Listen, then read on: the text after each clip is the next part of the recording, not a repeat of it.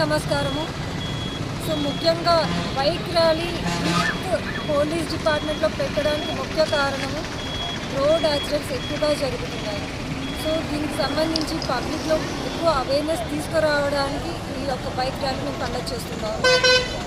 So మనం ప్రొద్దున లేచి టీవీ కానీ పేపర్ కానీ చూస్తే రోడ్ యాక్సిడెంట్స్, అది నేషనల్ హైవే కావచ్చు, స్టేట్ హైవే, విలేజ్ రోడ్స్, ఏదైనా సరే దానికి రీజన్స్ ఏంటని వెరిఫై చేస్తే చాలా వరకు వెహికల్స్ టూ వీలర్స్ అయి ఉంటాయి. ఆ టూ వీలర్స్ ఎందుకు యాక్సిడెంట్స్ అవుతున్నాయంటే ముఖ్యంగా హ్యూమన్ ఎర్రర్స్, అంటే మానవ ఎర్రర్స్ అన్నమాట, మిస్టేక్స్. లైక్ హెల్మెట్ ధరించకపోవడం, హెల్మెట్ ధరిస్తే సేఫ్ అవుతామా అని క్వశ్చన్ రైజ్ అవ్వచ్చు. అట్లీస్ట్ ఫస్ట్ బైక్ యాక్సిడెంట్ అనగానే ఏమవుతుంది, మన యొక్క హెడ్ అనేది రోడ్డుకి ఎక్కువగా ఇంజురీ అయ్యే ఛాన్సెస్ ఉంటాయి. అట్లీస్ట్ మనం హెల్మెట్ పెట్టుకుంటే మేజర్ ఇంజురీ అనేది ప్రివెంట్ చేయగలుగుతాము. సో అందులో ముఖ్యంగా బైక్ యాక్సిడెంట్స్ ఎందుకు అంటున్నారంటే ఓవర్ స్పీడ్గా రావడం, రాంగ్ సైడ్ కానీ, డ్రంక్ అండ్ డ్రైవ్ కానీ, without helmet, these are the main reasons for bike accidents.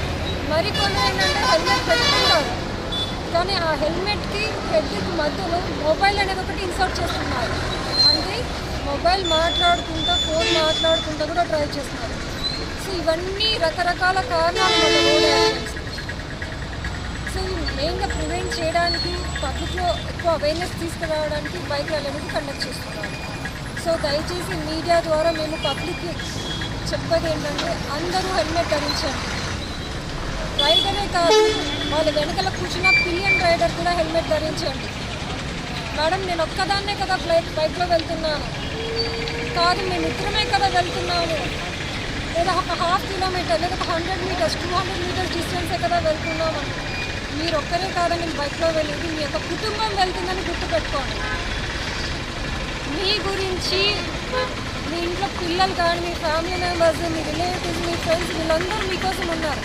So మీరు ఒక్కరే లేరు. సో మీ కుటుంబం గురించి ఆలోచించుకొని ప్రతి ఒక్కరు సేఫ్టీ కూడా ప్రికాషన్స్ తీసుకోవాలి.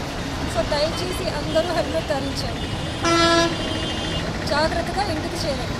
చరిత్ర సృష్టించినోడు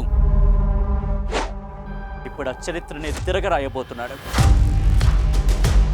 అబద్ధాల గోడల్ని బద్దలు కొట్టి నిజాలను రాగా మీ ముందుంచబోతున్నాడు. నిజమైన వార్తల కోసం వెంటనే డౌన్లోడ్ చేసుకోండి రా యాప్ని.